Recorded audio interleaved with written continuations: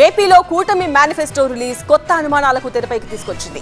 పేరుకు పొత్తులో 3 పార్టీలున్న మేనిఫెస్టో మాత్రం 2 పార్టీలతోనే రిలీజ్ అయింది. మరి మేనిఫెస్టోకు మోదీ గ్యారంటీ, బీజేపీ మద్దతు లేనట్టేనా?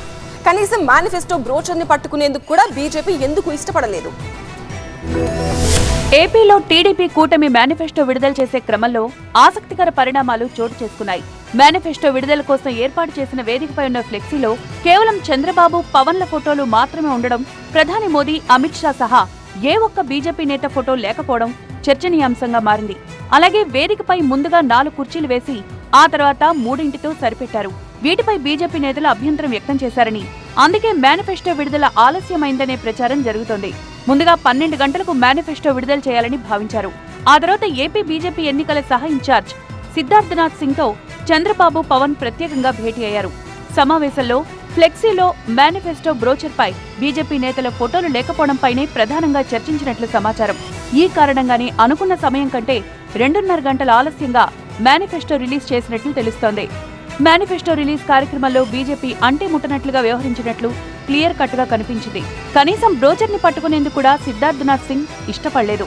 ఓ కార్యకర్త బ్రోచర్ నిచ్చేందుకు ప్రయత్నించగా వద్దంటూ సున్నితంగా తిరస్కరించారాయన.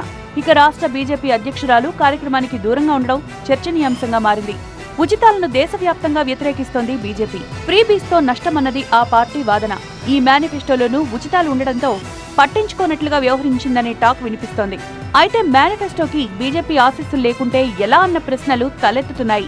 మరోవైపు టీడీపీ, జనసేన మేనిఫెస్టోపై సీఎం జగన్ కీలక వ్యాఖ్యలు చేశారు.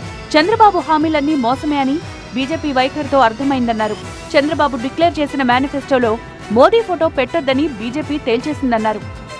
పైనుంచి బీజేపీ ఫోన్ చేసి, అయ్యా నీ ఫోటోనే పెట్టుకో, మోడీ ఫోటో మాత్రం నీ మేనిఫెస్టోలో పెట్టుకోవాకు, మేము ఒప్పుకోము అని అంటా ఉన్నారు. మొత్తానికి టీడీపీ, జనసేన మేనిఫెస్టో అంశాలు తమకు ఓట్లు కురిపిస్తాయని 2 పార్టీల కార్యకర్తలు బలంగా నమ్ముతుంటే వైసీపీ మాత్రం అలవిగాని హామీలంటూ కొట్టిపాడేస్తోంది.